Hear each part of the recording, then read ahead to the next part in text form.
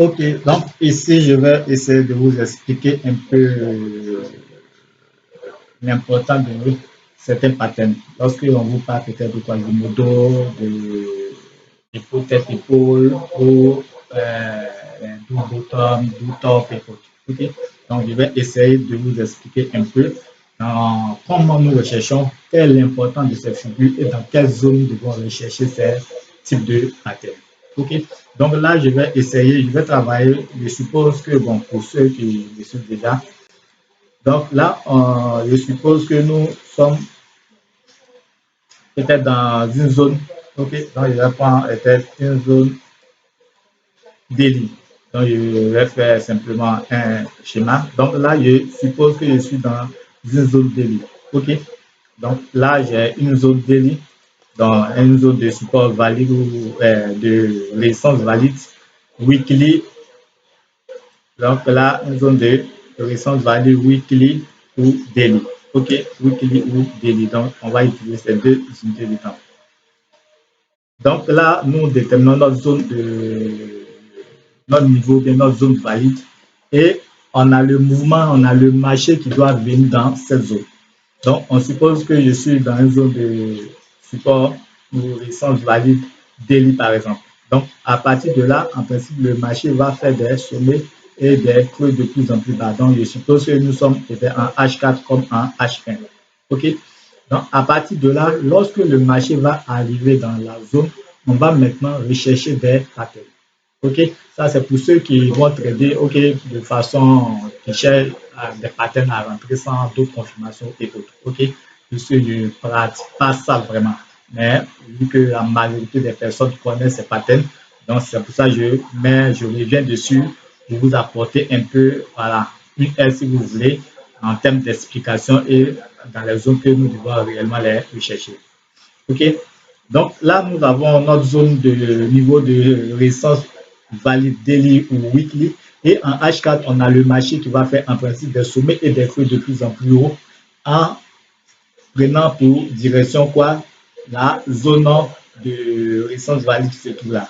Donc, une fois que le marché arrive là, à partir du moment où le marché touche la zone, vous allez maintenant pouvoir contempler ou observer ces patterns. Si parmi ces patterns que vous recherchez, si vous voyez ces patterns qui se forment après avoir touché notre zone valide, à partir de là, vous pouvez essayer de prendre le truc. OK?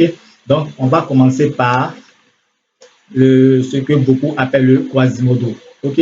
Dans le Quasimodo, en principe, on a une résistance qui se forme, le marché qui est repris et on a un bloc à hauteur de cette résistance qui s'est formée.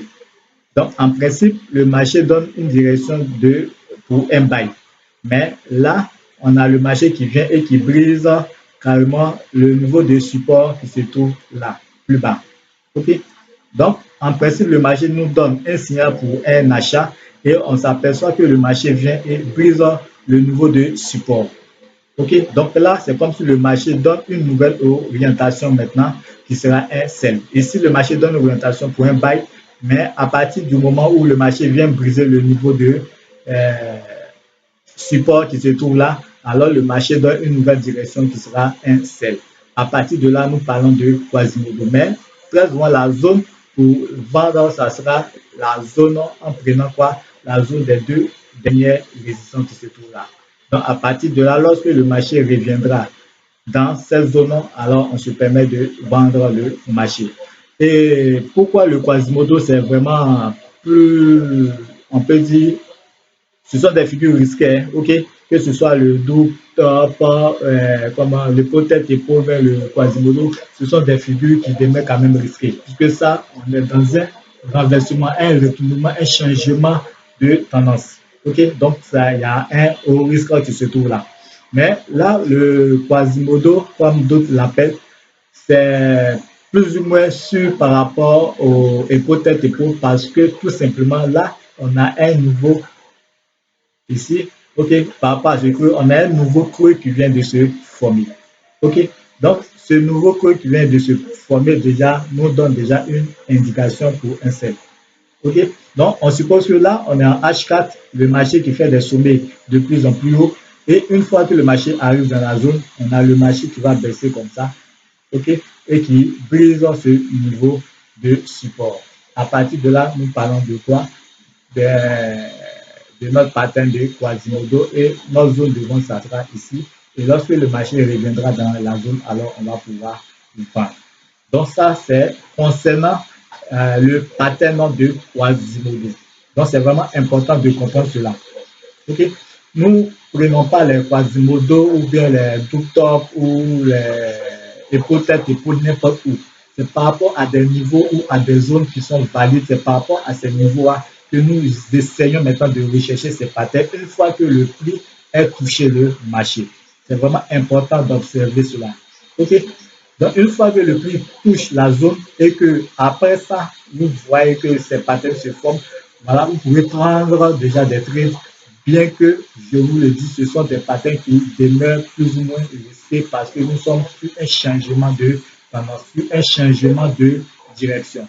Parce que là, vous voyez que le marché a fait des sommets et des creux de plus en plus haut. Donc, nous sommes dans une direction haussière à ce niveau. OK? Donc, le marché là vient de changer de direction parce que nous venons d'avoir un niveau creux plus bas que le creux précédent. Donc, à partir de là, nous pouvons prendre le trade. OK?